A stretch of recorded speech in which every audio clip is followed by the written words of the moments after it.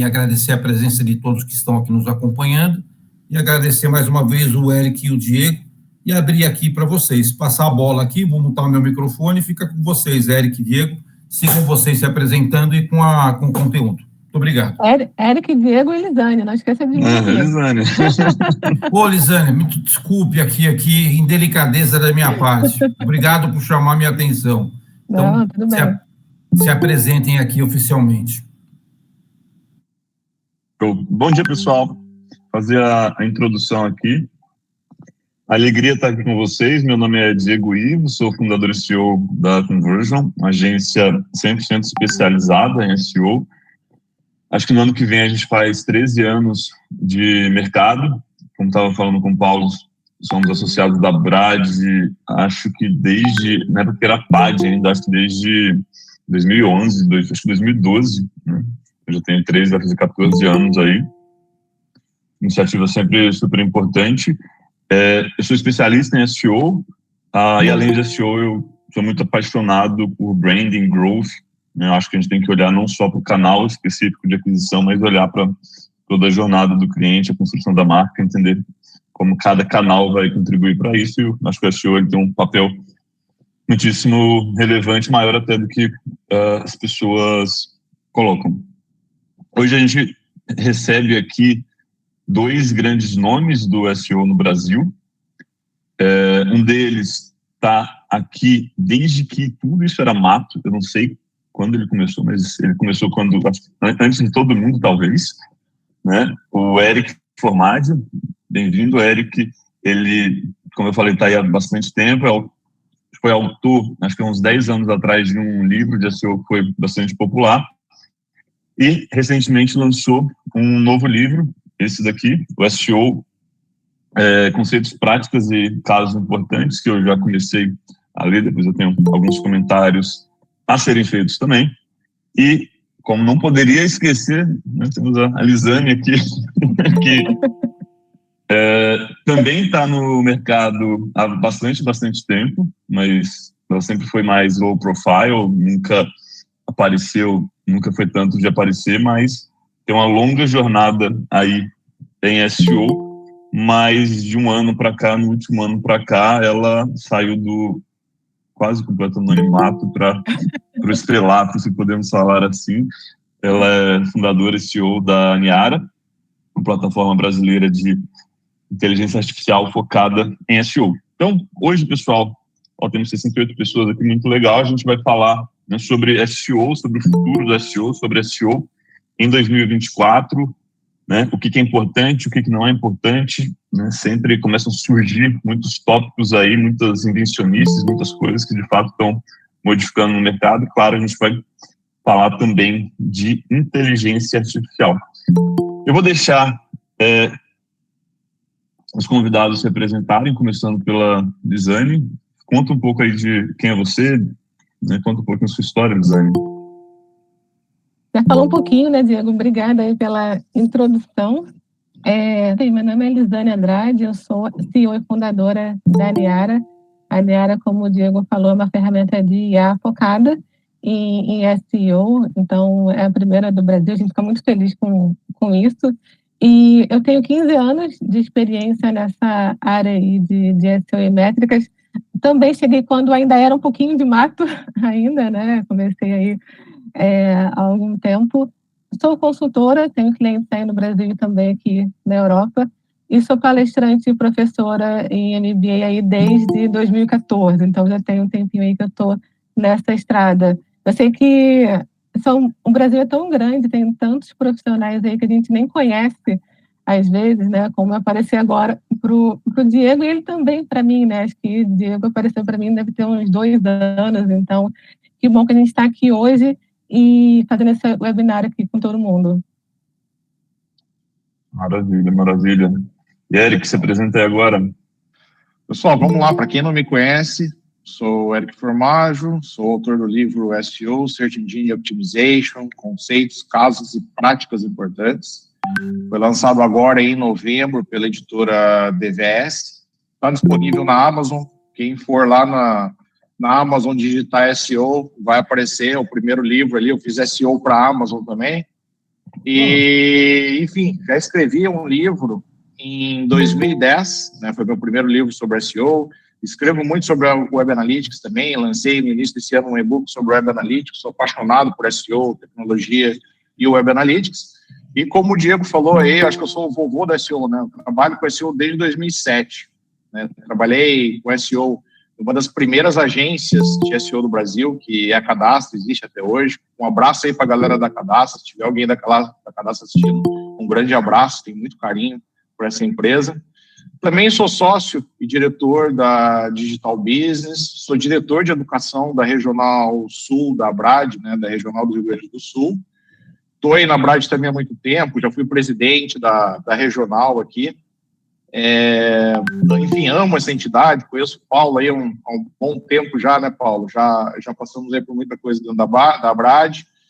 E é um prazer imenso estar aqui com vocês, na presença da Lisane, do Diego, Ivo, profissionais aí tão importantes para o mercado, empresários que eu admiro muito. Não sei se eu já tive a oportunidade de falar isso para vocês, mas tanto Lisane quanto Diego, admiro muito vocês como empresários e para mim é um prazer estar aqui, espero que seja produtivo aí para todo mundo, fico disponível aí para comentar, falar e tudo mais. Obrigado, fico feliz. Cara, já vou direto ao ponto aqui. Aí que como eu estava falando, você lançou esse livro, eu não terminei a leitura dele, eu comecei, mas do que eu vi está um trabalho bastante primoroso. Eu acho que você colocou ali um ponto que eu achei bastante interessante, é que ele é um livro, não necessariamente para ser lido de forma linear, especialmente para quem já está há mais tempo aí no mercado, mas para quem está numa fase introdutória, está começando essa imersão dentro faz sentido ler linearmente. Eu gostei bastante do modo como você colocou os conceitos ali, mas o que eu queria saber mesmo era, cara, como é que está a repercussão desse livro no Brasil. Eu acho sempre muito importante a divulgação e a escrita de livros de SEO no Brasil são sempre muito poucos. Sempre que tem algum, eu procuro divulgar ali, porque eu acho que os livros, eles consolidam coisas que são importantes, né? Então, o que está ali no livro não pode ser uma modinha, tem que ser os fundamentos e, né, parabéns pelo trabalho. E gostaria de saber como é que está sendo a repercussão, como é que a galera está falando. Legal, obrigado, Diego. Cara, tá repercutindo muito bem, assim, eu tô tendo a chance de conhecer, encontrar pessoas no mercado que eu não conhecia, né? O Brasil é um país muito grande, né? Como a Elisane falou, e eu senti essa necessidade, né? Eu estava incomodado com isso, eu queria escrever de novo sobre esse tema, porque o livro lá de 2010, ele é um livro muito focado em projeto de SEO, né? Em projeto. Pô, tu tem um projeto estilo cascata, né? Seguindo lá o PMBOK, como que tu vai seguir, né? Através de um projeto, como que funciona? Eu montei ali um caso hipotético e fui contando nesse caso, né? A evolução de um projeto de SEO. E esse livro agora é bem como tu falou, né? Ele já não exige essa leitura tão linear. A divulgação está muito bacana, eu participei de alguns eventos, né? De webinar, como esse daqui, conheci outras pessoas. Eu tenho um Instagram, quem não segue aí, pode me encontrar lá, é o Livro SEO 2023. Então, ele está até na capa do livro, né? Então, as pessoas, elas estão entrando em contato ali, conversando, tirando dúvidas. A gente até montou um grupo no WhatsApp ali, onde a gente conversa bastante, eu tiro dúvidas das pessoas também. Eu tenho como propósito, nessa idade que eu estou, né, e esse estágio de carreira, muito ensinar, formar novos profissionais, né? Eu tive o privilégio de formar grandes profissionais de SEO que hoje estão aí pelo mercado, alguns deles trabalhando ainda com SEO, outros se formaram como empresários, e eu sempre tive muito esse viés da educação, né? Eu estava falando esses dias com a Caterine Batista, uma amigona minha que trabalha com SEO, e a gente estava conversando sobre isso, ela falou, pô, Eric, tu tem muito esse viés da educação, né? Tu gosta muito de escrever, tu gosta muito de ensinar. Então, esse foi o objetivo principal de lançar o livro. O meu primeiro livro, eu tinha esse mesmo sentimento que tu, Diego. A gente não via, tinha muito pouco livro de SEO no Brasil. Na época, eu acho que tinha só um livro do Paulo Rodrigo, que eu acho que definitivamente ele foi um dos primeiros a mexer com SEO no Brasil. Tinha um livro dele, tinha o livro da Marta Gabriel, tem muita gente que não sabe, mas a Marta Gabriel lançou no início da carreira dela, desculpa, não no início da carreira, mas no início dela como escritora, ela lançou 2 livros de SEO, né? E, cara, assim, eu falei, pô, vou lançar um também, né? Eu treinava muita gente naquela época, as pessoas pediam referência, tinham poucos livros, eu falei, vou escrever um também. E aí, por que eu me incomodei e quis lançar esse segundo? Primeiramente, porque esse livro de 2010 ele nem é vendido mais, a galera só acha em sebo, e mesmo hoje, né, eu posso dizer assim, que 50% dele está desatualizado, os outros 50% que é mais relacionados a projeto, boa prática, essas coisas assim, não, continua a mesma coisa, né, mas ferramentas, conceitos, muita coisa mudou de 2010 para cá, né, então, por isso eu lancei esse livro agora em novembro, ele tem está tendo uma ótima repercussão e tem recebido aí bons feedbacks também. Maravilha. Cara, já enganchando isso daí do seu livro, você falou desse 50-50 que está metade lá em 2010 e metade continua, né? Tem uma parte do livro que você fala. Em SEO, muita coisa mudou, mas para mim, com base naquilo que vivenciei e no que acredito dentro do SEO, sua essência de trabalho continua a mesma. Eu queria perguntar para você o que mudou e o que permanece, né? E depois também depois eu tenho uma pergunta para a Lisane também em torno disso daqui. O que mudou e o que permanece? Quais são esses 50% que ficaram e quais são os 50% que mudaram? O que permanece, principalmente da parte do que chamam hoje de SEO técnico, da parte técnica, né? Muita coisa permanece. Então, tu tem que ter um site rápido, tu tem um site onde tu vai limpar toda a parte de código e débito técnico, aquele site ele carregar mais rápido. Eu falo muito de velocidade de site desde 2010, né? Então, eu acho que essa parte de velocidade, de performance, de usabilidade, a parte de conteúdo, né, a parte da experiência do usuário, ela continua a mesma, não continua a mesma, ela evoluiu, né? Nós descobrimos formas mais eficientes de fazer algumas coisas, mas aquilo não se perde, né? Agora, o que eu acho que mudou muito, e eu, daí, não, na verdade, acho na palavra correta, o que eu vejo que mudou muito é o ferramental. Pô, hoje tu tem aí, por exemplo, uma Niara, que tu vai poder, como que a Júlia da SEO fala? Ela fala que vai pôr no job, vai agilizar muito. Naquela época, Diego, nós aí que somos empresários, né? Naquela época nós tínhamos que ter grandes equipes de SEO, né? Porque daí tinha o cara para fazer tal coisa, o outro para fazer tal coisa, tal.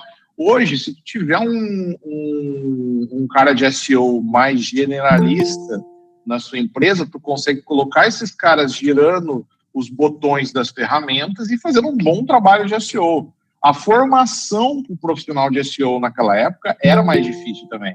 Nós não tínhamos tantos cursos como eventos como nós temos hoje. Tu fez um evento esse ano aí, um evento fantástico só de SEO, né? Nós tínhamos poucos naquela época.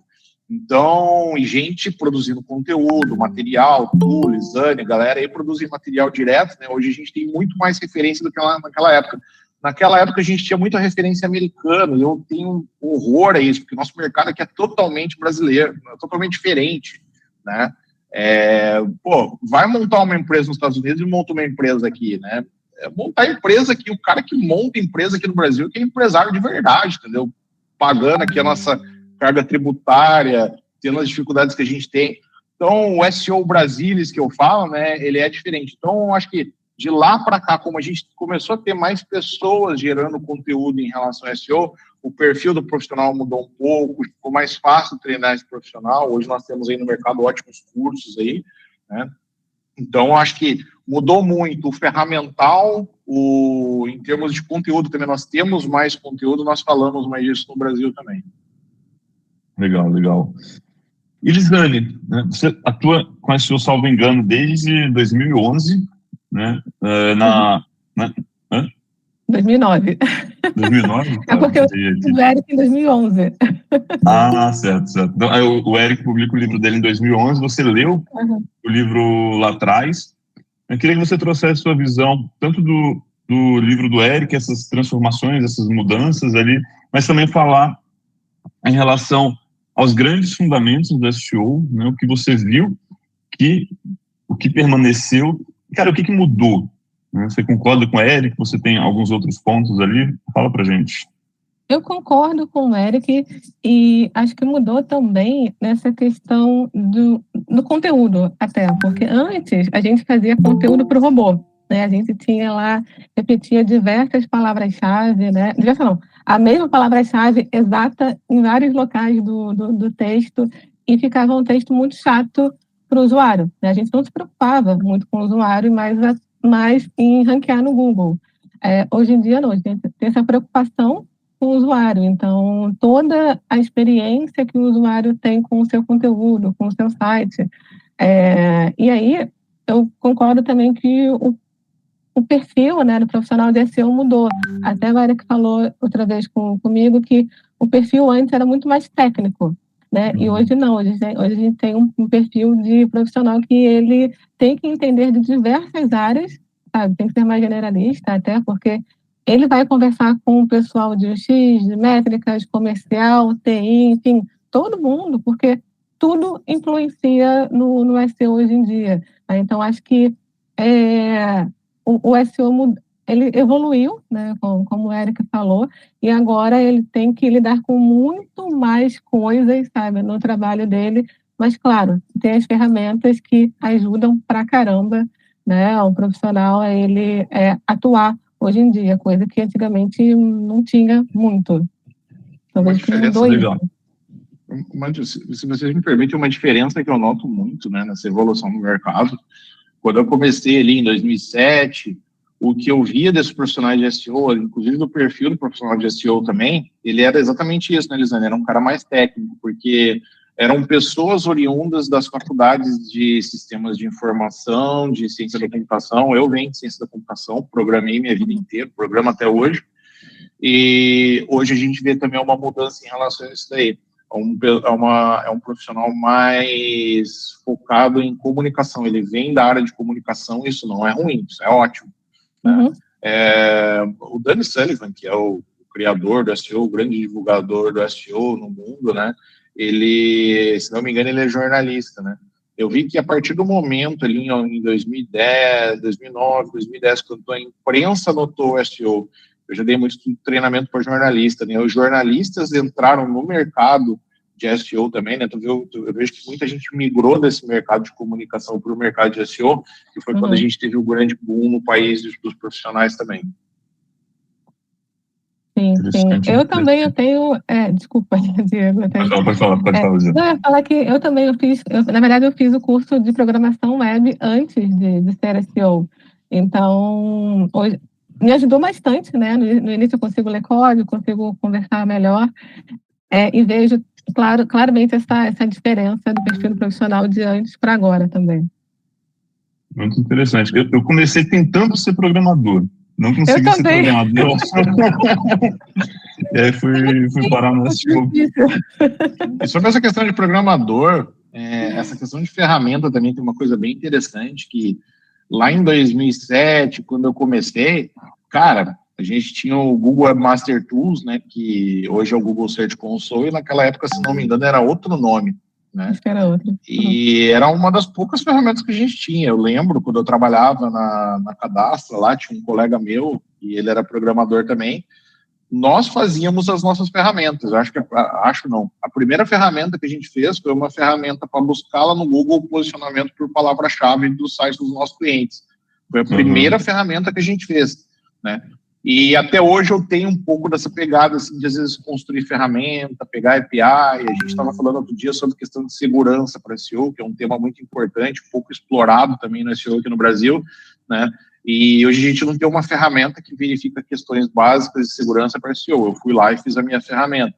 Então tinha muito essa questão do cara ter que pegar e fazer a ferramenta dele. Hoje não, hoje ele tem à disposição. Uhum. Nessa linha também, lá atrás, quase todo mundo que começava era técnico ou tinha um pé no técnico na programação, né? Como vocês falaram, hoje a gente vai tendo um perfil um pouco mais generalista. Eu acho até que isso daí acompanha todo o mercado de marketing. Isso não está somente dentro da SEO. Ontem eu estava num bate-papo com o Nino Carvalho, baita professor de marketing, E, curiosamente, ele falou também que ele era jornalista, a formação dele é de jornalista, e ele começou programando HTML, né? E que isso deu uma grande base para eles. Uma deficiência que eu vejo no mercado, e muitas vezes até num profissional de SEO, é que ele hoje não consegue tanto ir a fundo tecnicamente quanto lá atrás as pessoas iam, né? Uhum. E a gente pode colocar isso daí tanto de uma forma negativa, né, que o profissional ele não consegue mais ter essa capacidade, mas ao mesmo tempo o SEO ele expandiu bastante, ele tem muitas áreas, né? Então como é que vocês veem essa relação do técnico com todo o restante? Como é que isso deve ser resolvido? Um cara, ele deve ser, tipo, fodástico, vou usar um semi-palavrão aqui, em todas essas competências, ou ele pode trabalhar pilares? Como é que ele vai equilibrar isso? Então, se ele é mais forte em alguma coisa, mais fraco em outra coisa, como é que ele vai trabalhar o SEO, que hoje é tão multidisciplinar, né? Antigamente era multidisciplinar, mas tinha um peso muito mais técnico. Como é que vocês acham que se trabalha SEO hoje? Como é que se lida com essa profundidade técnica que é necessária, né, mas ao mesmo tempo não tem como uma pessoa ser perfeita em tudo, pelo menos na minha opinião. Eu concordo também, não tem como ser perfeito em tudo, mas eu acho que a gente, antes até, né, fala a gente do antigo, acabava cavando mais porque não tinha ferramenta. Então a gente ia atrás de muita coisa, né? Hoje em dia, pode ser que um profissional ele já se baseie no que a ferramenta deu de resultado e não vá mais além, né? Pode ser isso, pode ser um efeito da ferramenta em si, mas eu concordo com você, é muito difícil saber de tudo. Então ele vai ter que focar ou no técnico, ou no conteúdo, ou até em link build, também para trabalhar melhor, mas sem deixar de estudar outras áreas que são ali relacionadas. Eu acho que é uma questão interessante aí, porque é o tempo de formação de um analista, né? Aí a gente tem uma questão aí bem importante, porque o que acontece, né? Hoje o cara entra no mercado e primeiro que ao entrar no mercado ele já tem contato com informações de todos os lados, né? Então, uma coisa que eu tento fazer sempre com as pessoas que eu estou mentorando na área de SEO, que eu estou dando treinamento aqui na minha empresa, é sempre focar em algo, né? Eu entendo que a pessoa ela vai ter que ser um profissional. O profissional de SEO hoje ele é visto como um analista de negócios, né? Então, ele é um analista de negócios que vai entender daquela especialidade e chamar os respectivos profissionais, né? Eu falo muito disso. Então, por exemplo, ele vai lá, ele vai fazer uma análise de segurança num site, porque um site que não é seguro, que cai toda hora, ele não vai se posicionar no mecanismo de busca. O Google não vai entregar um site para ele que fica caindo toda hora, né? Então, ele não precisa ser um especialista em segurança, né? Ele pode ir lá, pode aprender, pode ler sobre isso, pode fazer um curso, fazer aqueles testes básicos de segurança. À medida que ele viu algum problema naquele site, ele pode ir lá, chamar um profissional de segurança, recomendar que a empresa procure um profissional de segurança, porque aquele site está caindo, está sendo invadido, tendo problemas e tudo mais. Então, o que eu recomendo para todo mundo que está começando é o seguinte: comece estudando pelos livros de SEO, pelos cursos que a gente tem por aí, e depois comece a procurar, porque vai chegar uma hora que para ti meio que vai ficar mais do mesmo, né? Tu vai ver que os cursos eles falam das mesmas coisas, os livros eles falam da mesma coisa. Quando tu sentir isso, tu já está saindo ali com certeza do júnior para pleno, né? Nesse momento, começa a estudar mais as áreas correlatas. Pô, já que eu já sei tudo isso daqui, eu vou procurar entender um pouco mais de infraestrutura, né? Assunto importantíssimo, que pouca gente dá atenção nas questões de infraestrutura. Eu vou procurar entender agora um pouco mais sobre a parte de segurança, vou fazer um curso de HTML, porque isso vai melhorar o seu trabalho no sentido de tu discutir com mais propriedade, discutir no bom sentido, tá, gente? Eu vou mudar a palavra, de conversar com mais propriedade com quem vai arrumar isso. Foi muito benéfico para minha carreira quando eu estudei essas áreas correlatas e quando eu sentava na frente do profissional para conversar, né? Uma grande dificuldade que eu tive na minha vida foi de conversar com programadores, porque eu era programador. E pelo menos na época que eu tinha isso, né, eu era muito mais imaturo, né, não tem essa maturidade que eu tenho hoje, e eu ia muito no sentido de mostrar o erro. Hoje não, eu vou no sentido de mostrar uma melhoria. Ó, tem isso daqui, esse código, o que tu acha da gente fazer isso? O que tu acha da gente baixar o HT-Access, escrever expressão regular dessa forma para ir mais rápido, melhorar a performance do banco de dados para entregar o site mais rápido? Então, são coisas assim, né? Habilita o profissional de SEO sendo visto como analista de negócios, entendendo dessas áreas correlatas para sentar e conversar, para debater com mais propriedade com esses outros profissionais, eu acho uma coisa interessante. E sobre isso que tu falou, Diego, sobre a parte técnica, eu acho que, cara, comecei com SEO em 2007, hoje eu sou empresário, tenho minha empresa, mas eu ainda tenho os projetos que eu toco, né? E ajudo aqui a equipe, entro ali como consultor da parte técnica, essas coisas assim, cara, sempre tem coisa para aprender. Então, assim, para todos que estão ouvindo, vocês não vão parar de estudar nunca, e é por isso que eu tenho paixão por essa área de SEO, porque me permite a fazer algo que eu amo, que é estudar. Então, você vai estudar a sua vida inteira, você vai descobrir coisas novas. A gente estava falando, né, Lisane, acho que ontem a gente estava falando sobre isso, sobre mecanismos de busca em outras plataformas, né? Até que eu fiz aquela brincadeira que eu falei, eu posicionei o meu livro dentro da Amazon para quem busca por SEO. E a gente tem que começar a pensar cada vez mais nisso. Muito bom, muito bom. Você queria falar, Lisane? Não. Eric, você puxou mais um assunto que eu acho extremamente relevante, né, de pensar nisso daí do SEO como analista de negócio, né? Eu acho que essa tem que ser a perspectiva. Eu acho que o mercado hoje, ele caminhou para uma ultra especialização. Então, você vê, em muitos casos, profissionais que só olham para mídia paga, só olham para SEO, só olham para conteúdo, só olham para a sua atividade específica, né? E eu acho que isso é um produto, inclusive, do mercado que precisava de profissionais para resolverem esses problemas, né? E quando a gente olha só para um canal, naturalmente deixa de se olhar o todo. E você coloca o profissional de SEO, idealmente, ali como analista de negócios. Vamos tentar falar agora da empresa, né? Como que as empresas podem utilizar o SEO, né? E como é que qual vai ser o impacto do SEO nas empresas? Como as empresas podem mensurar o SEO? Eu acho que tem muita gente de agência aqui, né? Essa é uma eterna discussão. Qual que é o ROI do SEO? Onde está o ROI do SEO? Como eu mensuro o ROI do SEO? O cliente ele quer pagar, ter resultado, não está errado, né?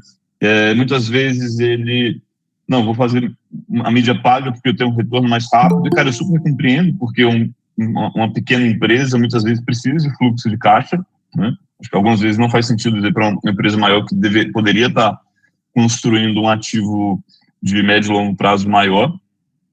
Mas acho que tanto no pequeno quanto no grande tem ali acho que um desafio muito grande de misturar o ROI, né? Então, a pergunta é, como o SEO se conecta com o negócio como um todo e qual é o ROI do SEO? Como que a empresa pode medir o SEO para saber se aqueles investimentos que ela está fazendo está retornando? Eu acho que, assim, a sua primeira pergunta aí a primeira faixa da sua pergunta, ela é bem importante, né? Porque eu acho que é o impacto do SEO nas empresas, né? Eu já vi empresa saindo de 50 mil para 200, 300 mil, 400 mil por causa do SEO.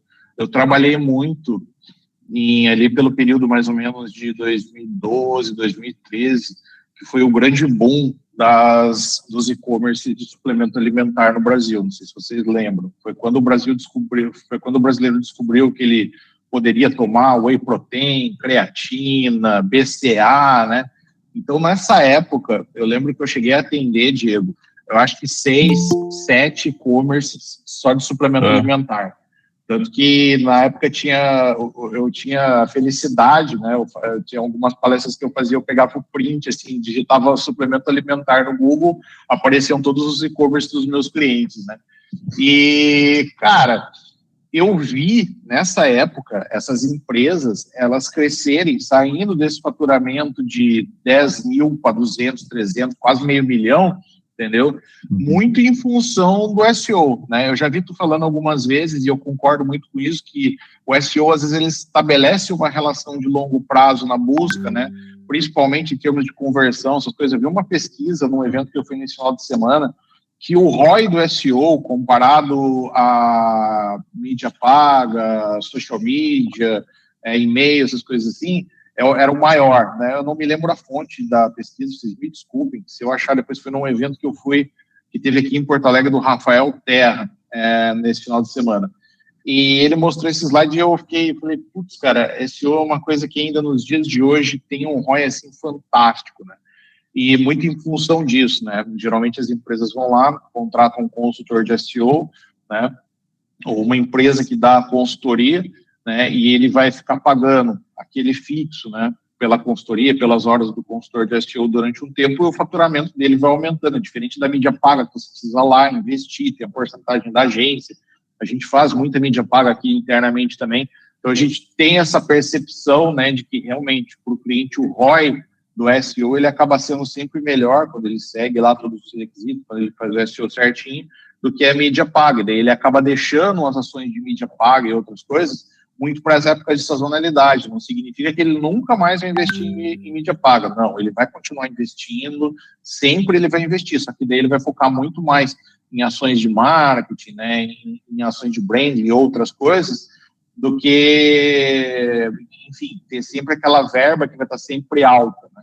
Então, assim, voltando a essa questão do SEO, eu já vi muito e-commerce crescendo em função da busca orgânica, eu ainda vejo nos dias de hoje, embora a competição ela seja muito maior, e o profissional de SEO, por isso que eu falo nessa questão do analista de negócio, ele acaba ajudando a loja, o e-commerce, a fazer movimentos de estruturação, reestruturação, mudanças que elas são aí vitais para o negócio, né?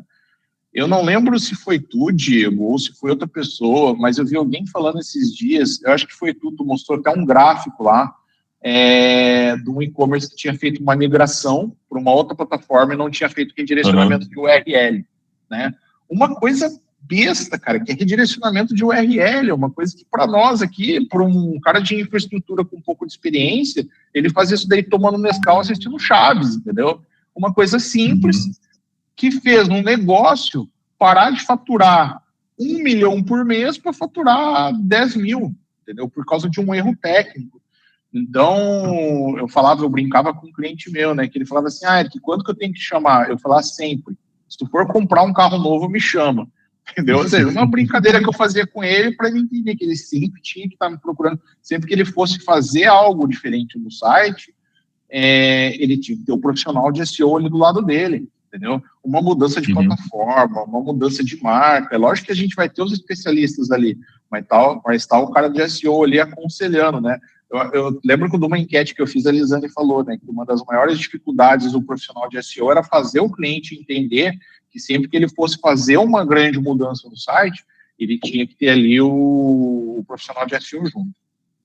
Ou até pequeno, né? Um caso recente, um cliente que a gente tinha chegado na agência, foi analisar que ele perdia muito tráfego depois de algum tempo. Só que o que acontecia? Ele ia lá e excluía as páginas, né, só porque passou a sazonalidade, só que aquelas páginas tinham um potencial evergreen, né, então ele ia construindo e depois destruía, ia construindo e destruía. Depois a gente falou para eles, cara, sempre foi isso que não faz, consulta a gente, né, que eu acho que é bem esse papel de consultar na hora de comprar um carro. Elisane, como é que você vê essa mesma questão, né, do SEO impactando o negócio e como que a gente pode medir o ROI do SEO? Só complementando o Eric, concordo, claro, mas a gente tem que entender, na verdade, qual o comportamento do usuário até a conversão, né? Quais canais ele vai acessar até converter. Porque é muito difícil o usuário buscar no Google, produto lindo, maravilhoso, quero comprar. Isso não vai acontecer. Ele vai acessar pelo Google, depois ele vai, de repente, nas mídias sociais, vai no e-mail. Então, entender todo esse caminho, né, de conversão do usuário, porque pode ser que você esteja só olhando o último clique, né? A gente sabe que não é bom só olhar o último clique, tem que olhar toda a jornada dele para entender realmente qual a importância de cada canal.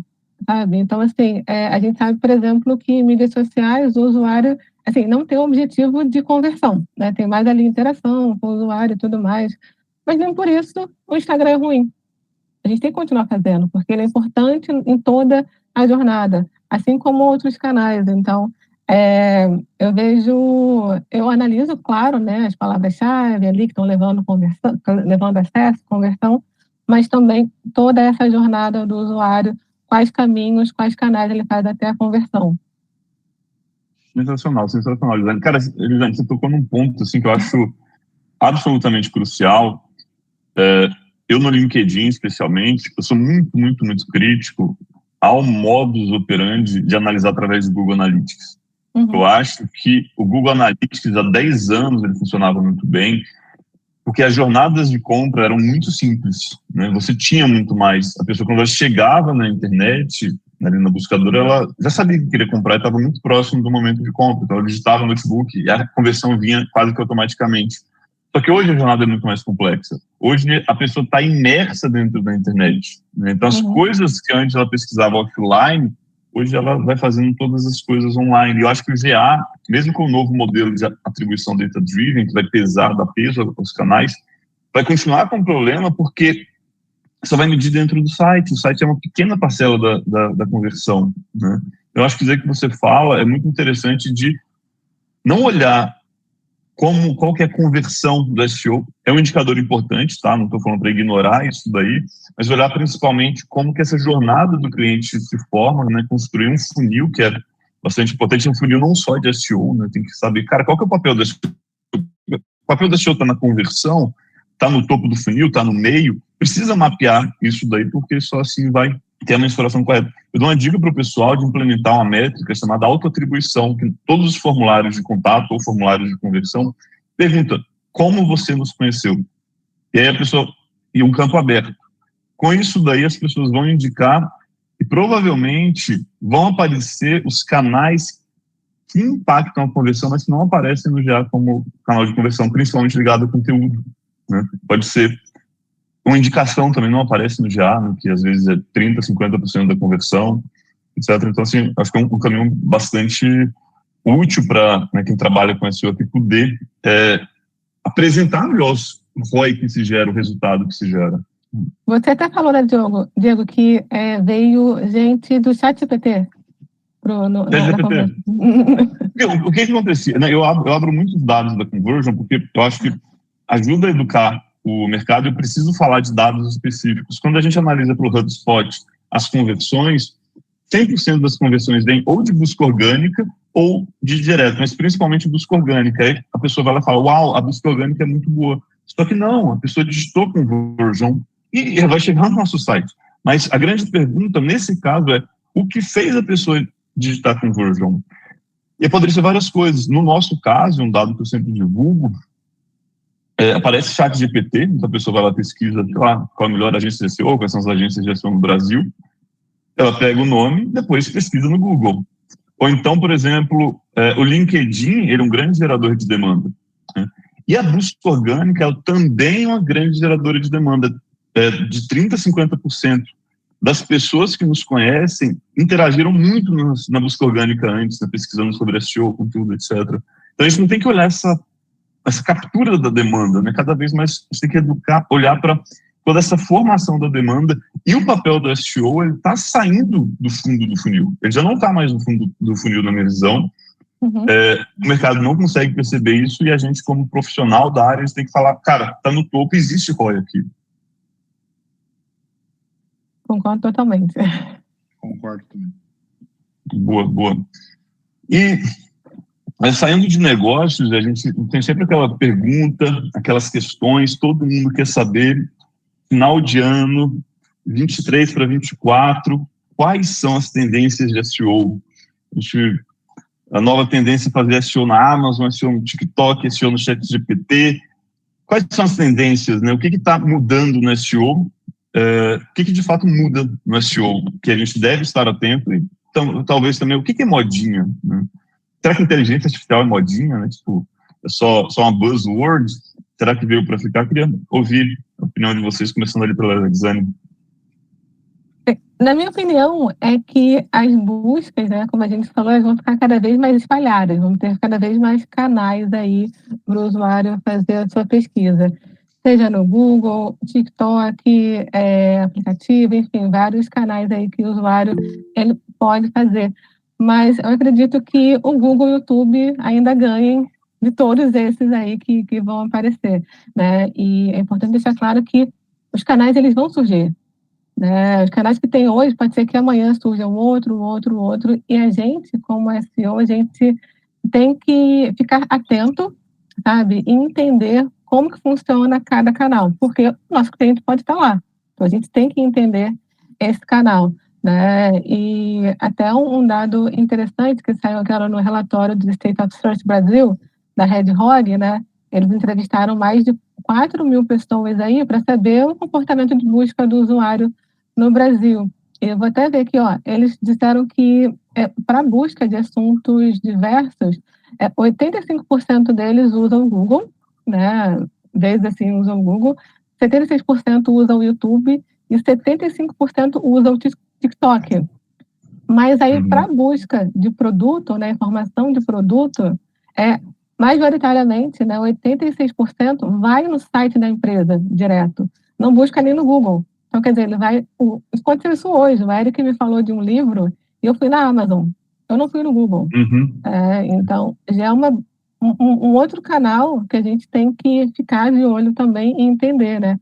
Aqui, 86% site de empresa, 74% no Google e, cadê?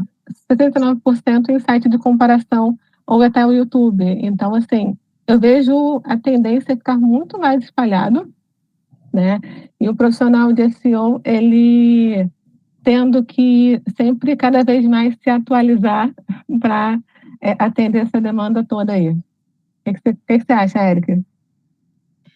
Eu acho que sim. Tem uma outra coisa que eu tenho estudado muito também, que é o SEO de produto, tá? Então, as buscas, elas vão se diversificar cada vez mais. Então, tu tem a busca no Google, tu tem a busca no TikTok, tu tem a busca no Instagram, tu tem a busca no LinkedIn.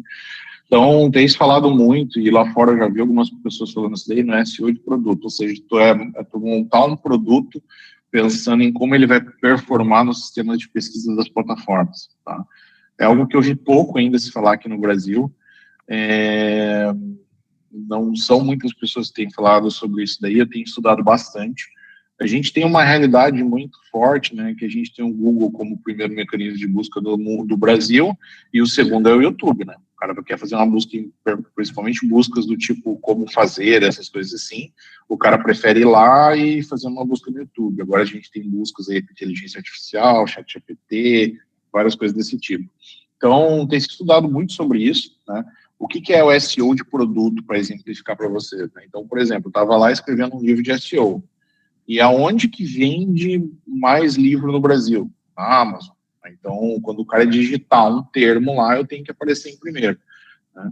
Então, eu escrevi o meu livro, eu pensei no título dele, eu pensei na descrição dele, de uma forma de que quando alguém pesquisasse sobre SEO, sobre Search Engine Optimization, ou algum outro termo relacionado, eu aparecesse em primeiro ali, né? E a descrição, eu fui lá com a editora, montei uma descrição pensando nisso, né? Olha, conteúdo de novo, montei uma descrição pensando nisso. Então, de uma forma de que, independente do e-commerce que ele aparecesse, quando alguém digitasse os termos relacionados, ele aparecesse. Então, isso que eu falo que é o SEO de produto. É uma tendência que eu vejo, né? É a gente mudar um pouco o foco, né, um pouco a cabeça, um pouco a lógica, a gente começa a inverter a lógica, né, de como as coisas vão aparecer. Uma outra coisa, eu acho que sim, inteligência artificial, ela não é moda, acho que ela veio para ficar, né, eu fiz um Reels esses dias, eu estava falando sobre, eu aprendi, onde que eu aprendi mais sobre SEO? Lendo um livro de inteligência artificial, quem trabalha com SEO, lê esse livro, que é o livro que se chama Inteligência Artificial, um livro com capa verde do Russell e do Norvin. Ele é um livro de 2010, se não me engano, o Stuart Fussell, ele era diretor de qualidade de busca no Google na época, ele tem um capítulo desse livro que ele mostra por dentro do mecanismo de busca como funciona o algoritmo léxico dele, né? Então, enfim, Recomendo que vocês leiam sobre esse tema, ele é bem importante, tá? E deem atenção cada vez mais para a inteligência artificial, porque ela vai dominar tudo e principalmente vai facilitar isso aí que a galera gosta de chamar aí dos corn jobs. E também eu acho que dá mais valor aos dados. Eu acho que concordo plenamente com o que tu falou, Diego. Eu não sou um crítico do Google Analytics, mas eu entendo o que tu diz de olhar outras coisas, né? Eu concordo. Eu acho que as pessoas têm que sair do Google Analytics, até porque o Google Analytics ele pega um captado, ele não pega o faturado, ele não pega outras informações que as plataformas elas entregam.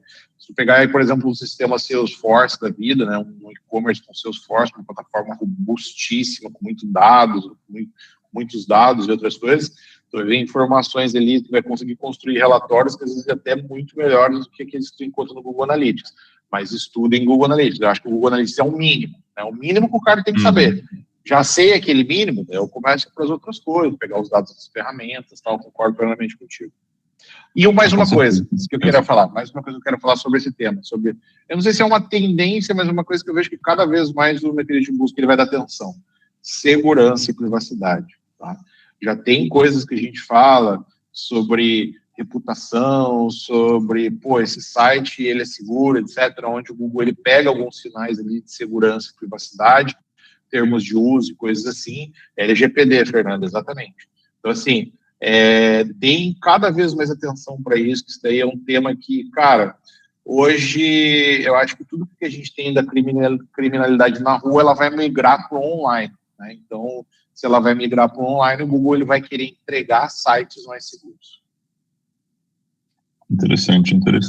E dentro desse terreno da inteligência artificial, acho que tem dois tópicos ali que são importantes. O uso de ferramentas dentro do trabalho de que vocês já falaram um pouco, mas acho que a gente pode se aprofundar ali. Mas antes, um grande movimento do Google, da SERP do Google, que é a introdução ali da busca generativa, né? Teve até um caso recente, estava testando, eu pesquisei SEO, inclusive eu vi que o resultado que aparecia lá coincidia muito com o do site que estava na primeira posição, sem dar créditos, né? Eu achei aquilo, meio um pouco assustador, assim, do modo como a informação estava sendo usada. Mas queria ouvir de vocês, como vocês veem o impacto da busca generativa no Google? Vai impactar muito, vai impactar pouco? O que vai mudar ali? Começando pelo Elisane. Ainda não chegou aqui na Europa, que pena. Sério? Sério, VPN sério. tá aí. Aqui, não, eu sei, claro, mas assim, sem VPN. Aqui é bem rígida as leis de GDPR, então o Google tem que se adequar a muitas regras, então ainda não está aqui. Mas eu acredito que o que vai mudar vai ser, claro, o CTR, né, a taxa de cliques. A gente vai ter muito menos cliques nos resultados, mas acho que a gente pode fazer uma segmentação, né? Acho que, de repente, as buscas informativas vai ter menos cliques, mas outras de produtos, elas vão continuar a mesma, porque o usuário ele quer comprar, então ele não quer apenas uma informação, ele quer comprar. Então, a gente tem que dividir também qual o objetivo do usuário, né, com essa busca que ele vai fazer no Google. Eu acho que essa seria a grande mudança assim do comportamento em si e até para o usuário, né? Creio que muitas pessoas hoje em dia elas estão até, como é que fala, bloqueando, né, o bot tanto do ChatGPT, né, do Google, mas eu não vejo muito, como é que fala, tão beneficamente assim, sabe, bloquear o bot, porque é uma forma também dessas pessoas que estão buscando saberem da sua empresa. Como você falou, né, Diego? Tem pessoas que estão chegando pelo ChatGPT. Então, também o profissional de SEO criar estratégias para que ele também apareça em outros canais, né, na busca generativa, e que o usuário saiba dele, trabalhe a marca dele de uma melhor forma, e aí ele volte depois com outra busca, ou então clica ali no e-mail, faça alguma interação com ele e depois ele converta.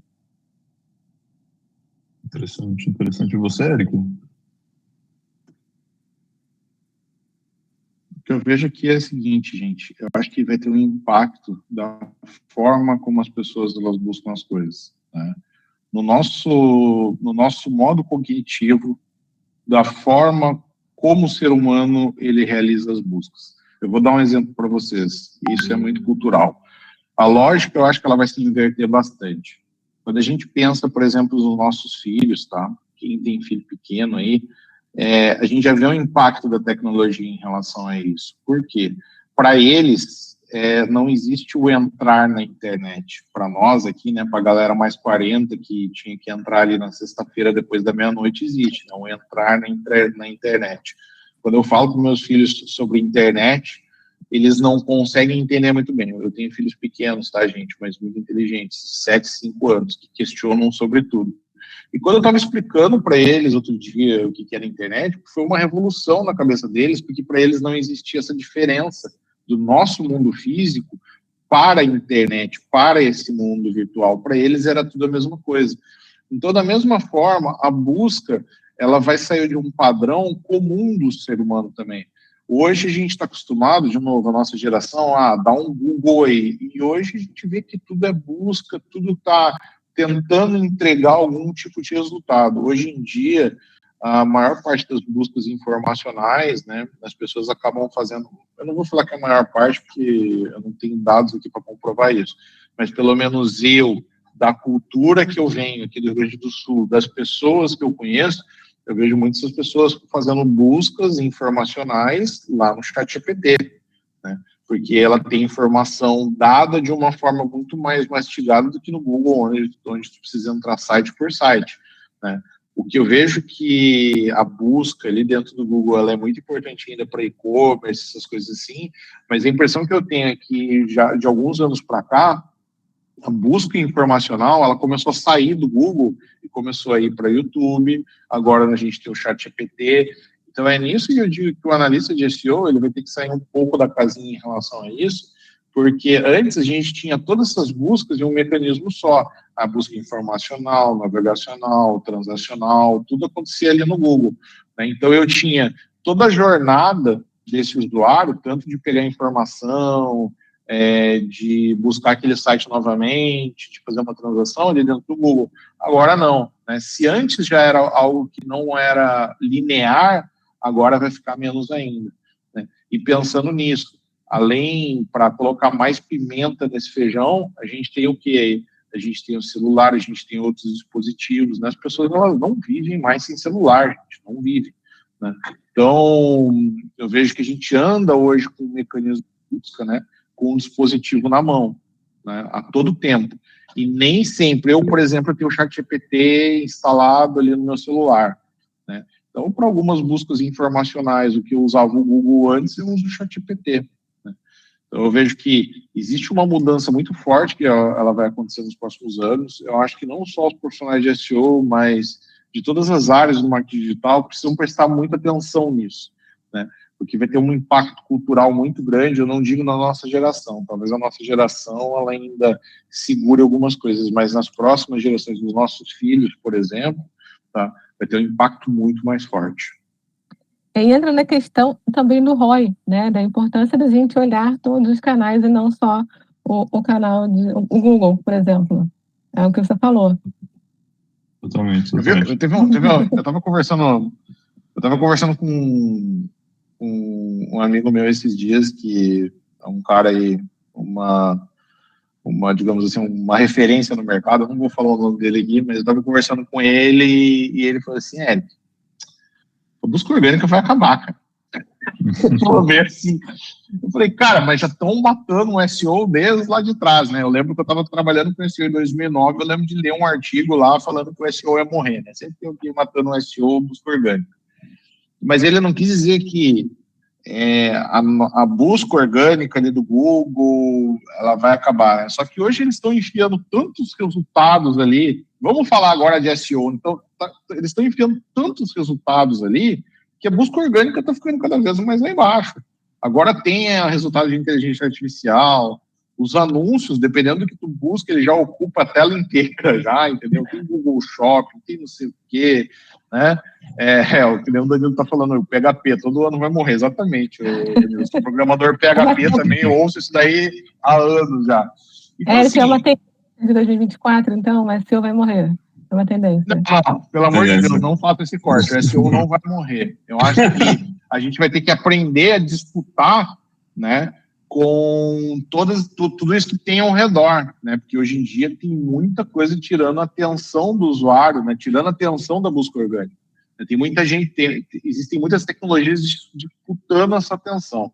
Eu acho que esse que é o grande foco. Daí entra num outro assunto importante, que é como que você está trabalhando a sua presença, a sua encontrabilidade nas redes sociais, que o SEO ele tem que trabalhar com encontrabilidade, né? A busca na rede social, a encontrabilidade lá, como tu vai aparecer e coisas desse tipo. É onde eu levo sempre. O SEO ele não é um trabalho que o cara fica isolado fazendo sozinho, né? Isso daí era antigamente, hoje em dia não. As pessoas elas têm que trabalhar ali em conjunto.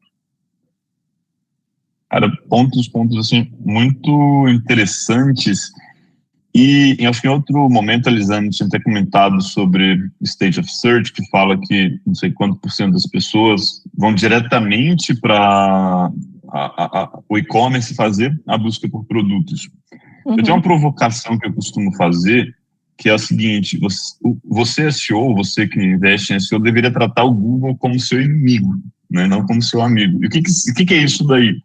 Você deveria pensar no SEO da seguinte forma: você trazer o clique, você trazer a visita e você ser tão bom no seu site que você possa fidelizar aquele usuário para que ele, na próxima vez que queira saber sobre o tema do seu site, use o seu site como buscador e não volte para o Google, né? Então a gente está falando de múltiplos canais de busca. A Lisane tinha levantado a bola ali. Queria ouvir de vocês como é que vocês veem a busca interna e se uma empresa ela também pode ser mais um canal de busca, de que forma poderia ser, enfim, como a gente pode tratar essa busca também interna para a gente? A gente pode competir com o Google? Vocês concordam com essa afirmação de que devemos tratar o Google como inimigo? Eu concordo, né, assim, não como inimigo total, assim, mas eu concordo que a gente tem que fazer um bom branding, né, para os usuários lembrarem da nossa marca. E a gente faz muito isso na Niara, sabe? A gente não só destaca, o nosso marketing, por exemplo, ele destaca os profissionais de SEO, né? A gente sempre faz eventos, lives, conteúdos aí, para que o profissional de SEO, ele veja também a Niara como, para quem curte, na verdade, conexão, sabe? A gente geralmente tem ali uma ferramenta bem distante do usuário final. E com a Niara, não. Com a Niara, o profissional de SEO, ele sabe que ele pode contar com a gente, falar, sugerir ideias, sugerir recursos também. A gente tem recursos que hoje em dia foram sugeridos por usuários. Então, a gente diminuindo, assim, a gente ficando mais próximo do nosso usuário, o usuário ele vai lembrar da Niara quando quiser resolver, se quer saber mais sobre IA para SEO, por exemplo, né? A gente tem muito conteúdo no blog, ou quiser uma ferramenta, ou indicar. Então, acho que quando a gente trabalha, né, o marketing integrado assim dessa forma, né, criando essa conexão com o usuário, causa isso, né? O usuário ele vai buscar a marca quando ele quiser algo relacionado ao que ela oferece. Bacana. Exato. Depois a gente fala do marketing de vocês, uma pergunta sobre isso aí que eu acho legal pra caramba. Érica. Eu não sei se eu considero o Google meu inimigo, mas eu entendo o que você está falando, porque eu acho que, principalmente da galera mais antiga, né, a gente sempre teve um pé atrás, assim, com o Google, né. Eu, por exemplo, sempre que saía alguma notícia de atualização do Google, o Google está olhando para isso ou não está olhando para aquilo, eu ficava meio assim, né, eu nunca acreditei muito nas coisas que o Google fazia. Mas algo importante em relação a essa inimizade com o Google, eu entendo isso muito em função de que o Google hoje, ele preza, e isso daí não adianta, eles podem ter o discurso que for, mas eles prezam hoje pelo anúncio, né? Tanto que se você for, quem trabalha com grandes campanhas de link patrocinados, a gente trabalha muito com campanhas de link patrocinado aqui de Google Ads, a gente sabe, né? Pagou, apareceu, não pagou, não aparece. Antigamente, o cliente, ele tinha aquele negócio assim, eu vou olha que legal, eu vou investir em orgânica, a busca orgânica vai crescer, e aí eu vou poder investir menos em links patrocinados, vou deixar minha campanha madura para continuar aparecendo.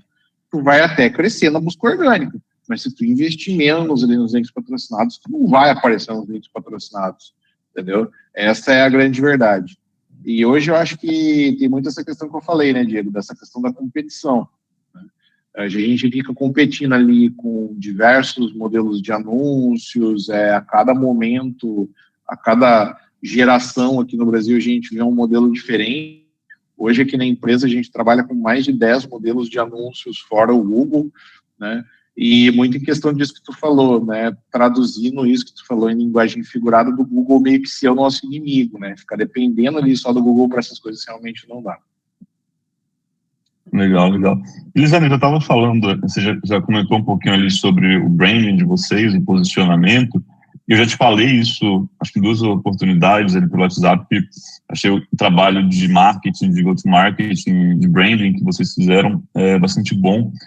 Acho que uma primeira grande ação que vocês fizeram, que era justamente isso, de se conectar com os analistas de SEO. Fizeram aquela lista dos 40 principais profissionais, né? Uma técnica conhecida como ego bait, né? Você pegar as pessoas por mencioná-las, mas, né, não é uma coisa isolada, que está totalmente conectada com a estratégia de vocês, né? Eu vou acompanhando ali o que vocês têm feito, e eu acho que seria um caso muito interessante de se analisar, porque rapidamente, talvez questão de 1 ano, me corrija se eu estiver errado, né, porque eu já errei datas 2 vezes com vocês, mas eu tenho a impressão que seja mais ou menos 1 ano ali desse go-to-marketing da Niara, e vocês conseguiram se posicionar extremamente bem dentro do mercado, né? Você conseguiu ganhar uma projeção bastante forte. Eu queria, né, saber do que você pode compartilhar, mas acho que também você não tem concorrentes, até saindo do SEO propriamente, né? Como é que foi esse go-to-marketing de vocês? Como é que você pensou posicionamento, branding, essa jornada de compra, né, que você falou bastante em SEO, os seus clientes precisam pensar nisso. Como é que você pensou isso da Niara? Vamos fazer um pouco um breve estudo de caso ali, porque eu acho que pode ilustrar bastante para as pessoas que estão aqui, que são de agências, como elas pensarem em estratégia de marketing para além do SEO e serem, portanto, esse analista de negócios de que o Eric falou, que é muito interessante. Bom, obrigada pela oportunidade de falar do marketing da Niara. A Niara é uma ferramenta brasileira, né? Então o nosso nome também, Niara, é um nome indígena brasileiro. Se você olhar o logo da Niara, o A é uma oca.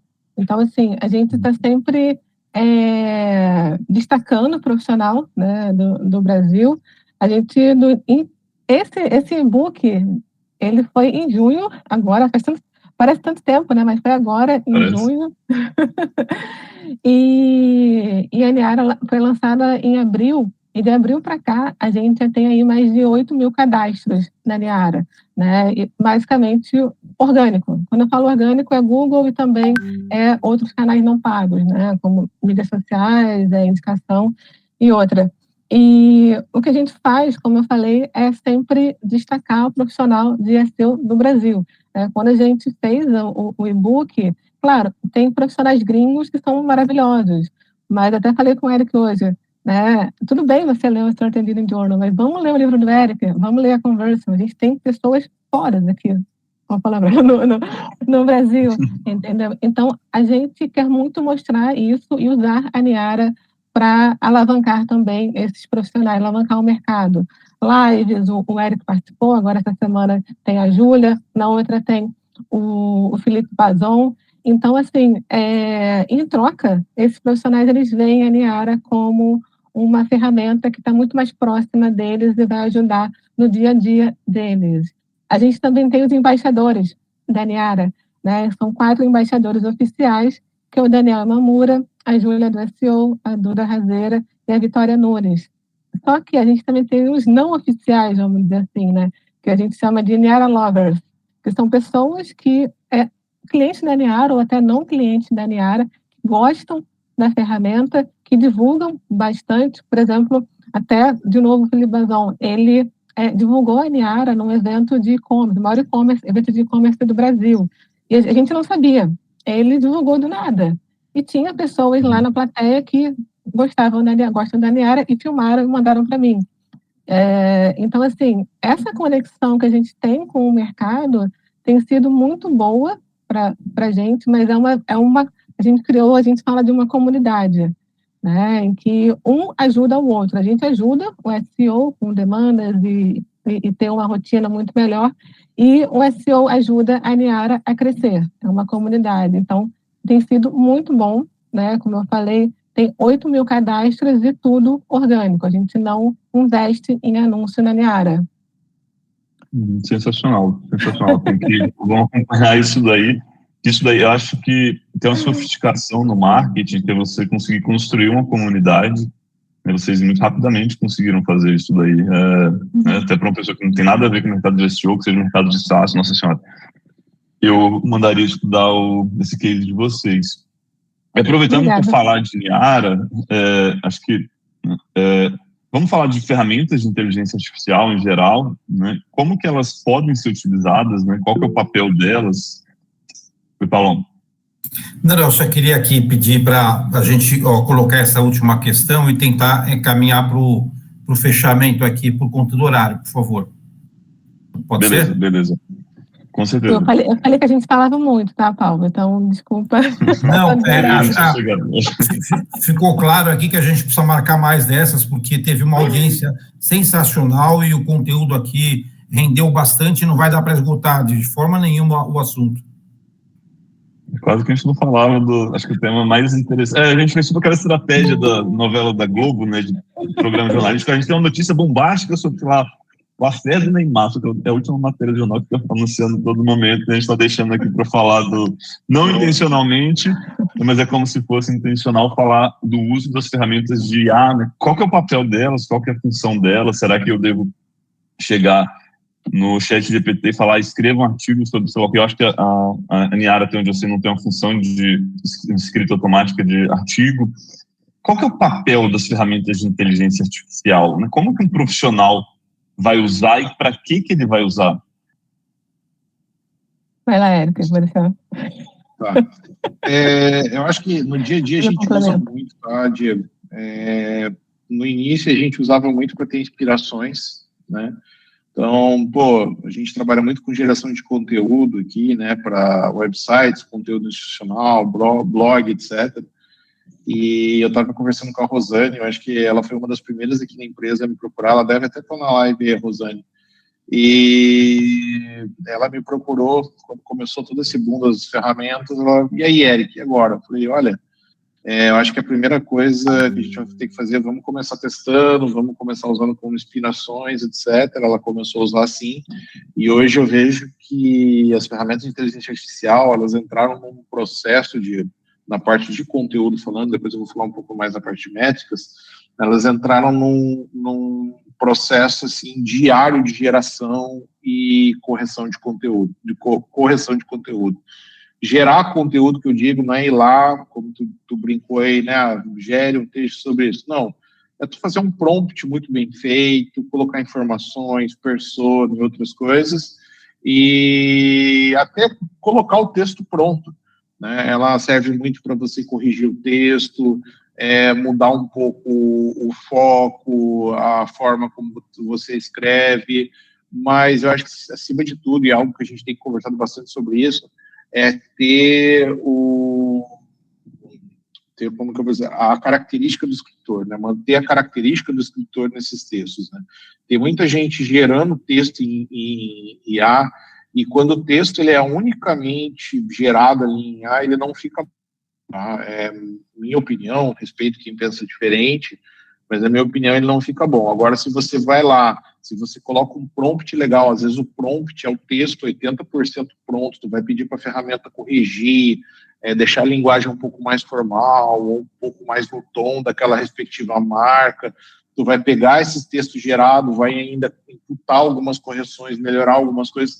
Então, eu acho que ela entrou dentro do processo de trabalho. Agora, tem um outro lado da inteligência artificial, que a gente usa muito, que é para análise preditiva. Hoje, o mercado, ele olha muito pelo retrovisor ainda, né? Então, quando a gente estava falando lá de Google Analytics e outras ferramentas que a gente usa para pegar os dados, né, a gente olha para o retrovisor, né, a gente olha para o que aconteceu.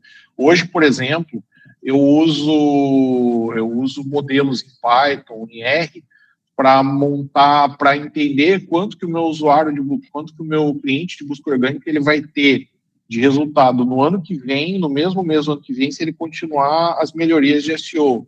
Né? Eu uso algoritmos como Hotwinter, Zarima, dentre outros aí, que eles são baseados em inteligência artificial também. Né? Eu falo muito disso no meu blog, lá no Diário da Ciência de Dados. Então, por que eu comecei a fazer isso? Porque lá atrás, vinham alguns clientes para mim e falavam, tá, Eric, mas quando que eu vou começar a vender tanto lá na busca orgânica, não sei o quê. E aí, com modelos estatísticos, estatística é ciência, tá, gente? Com modelos estatísticos, né, esses modelos eles foram melhorando ao longo do tempo, algumas teorias, alguns algoritmos eles são antigos, mas só que com a inteligência artificial eles ficaram melhores ainda. Então é um campo onde a gente anda explorando muito. Eu vejo que se explora pouco ainda. Quando se fala em IA, a galera pensa muito em conteúdo, mas em análise preditiva, né, tu tem aí informações do cliente, essas informações elas valem ouro. Sensacional esse ponto, sensacional. Você, Lisane? Sobre essa questão do texto, a gente sempre fala também na Niara que o profissional ele não deve gerar um texto e copiar e colar. Isso nunca, né? Nenhuma ferramenta de IA. O profissional ele tem que inserir ali, personalizar o conteúdo, né? Teria alguns itens ali para ficar de acordo com a marca. E a gente fez até um teste na Niara com 7 detectores de IA, né? Ferramentas detectores de IA, em junho. A gente testou com um texto 100% humano, 100% robô e meio a meio, né? Híbrido. Nenhuma das 7 ferramentas acertou o resultado, né? De que cravou assim, esse texto aqui é de humano. Nenhuma delas, sabe? E até em setembro, a OpenAI tirou do ar a ferramenta de detecção deles, porque eles mesmos falaram, olha, isso não funciona. Então, é mais um alerta para o profissional, né, de SEO, de conteúdo, de que ele precisa, sim, personalizar, mexer no conteúdo que a IA vai criar, porque a IA, ela é uma ajudante, ela não é ali o seu analista, o seu redator, ela é um ajudante, então, seu papel. Primeiro, é o seu papel fazer um bom prompt, né, para que você tenha um resultado legal. E aí veio o resultado, depois você revisa e personaliza esse conteúdo. Também vejo também a IA como o Eric falou, né, da parte descritiva, né, que ela vai analisar ali o comportamento do usuário, seja no e-commerce, por exemplo, e sugerir produtos que são relacionados, sabe?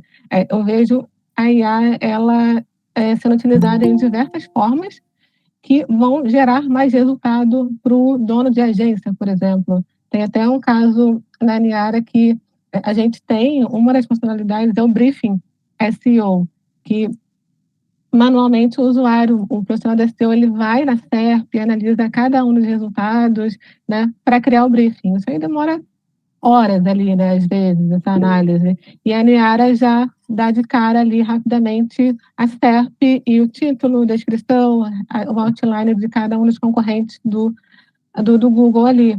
E um cliente nosso, que é uma agência, ele falou, olha, eu diminuí o tempo de planejamento em 30% com a ajuda da IA. E esse número casou com os 30% a mais de projetos que eu fechei no ano.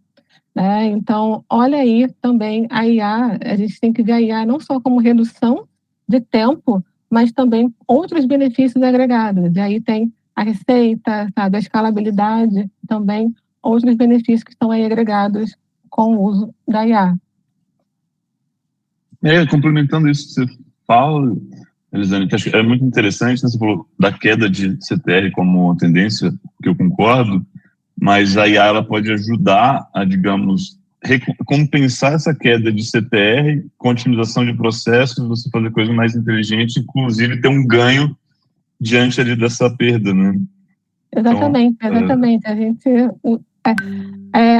não é somente a redução de tempo, é o que você faz com esse tempo que a IA reduz, né? Então, aí está o pulo do gato. Então, você pode ou aumentar a sua escalabilidade, ter mais clientes, ser mais estratégico, enfim, o que você quiser aí fazer com o seu tempo.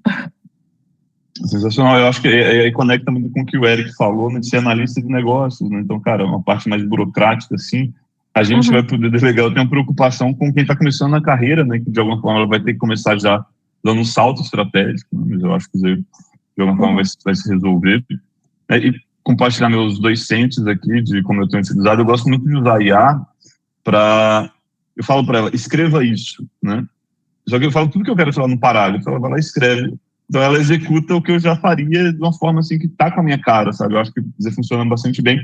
Eu estou usando agora para analisar planilha. Eu pego, por exemplo, vendas de produtos de um cliente no Analytics, sei lá, milhares de linhas, e construo com o ChatGPT a curva ABC, né? De uma forma mais ou menos rápida.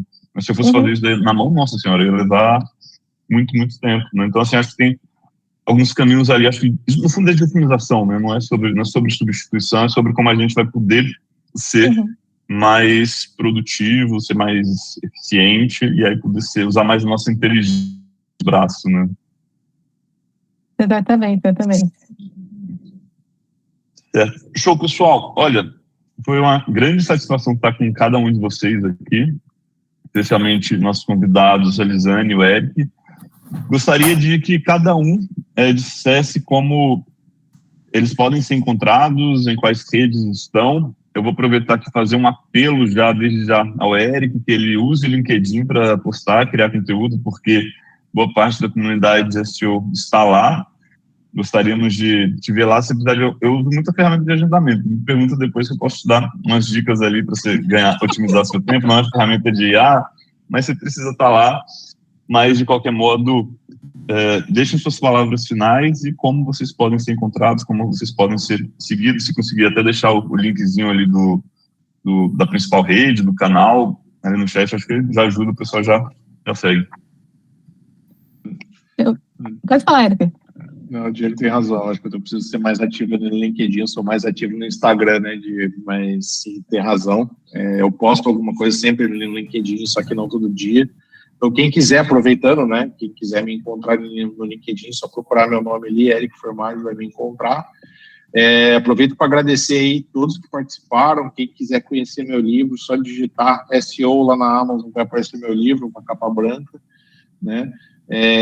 Me procurem também ali no Instagram, no livro SEO 2023, é onde eu acabo sendo mais ativo ali. E para tirar dúvidas, tira uma foto do livro e me marca, pode ser no LinkedIn também, não tem problema, algumas pessoas também fazem isso, e aí me procura, ou no Instagram, ou no LinkedIn, para a gente trocar uma ideia. Valeu, gente.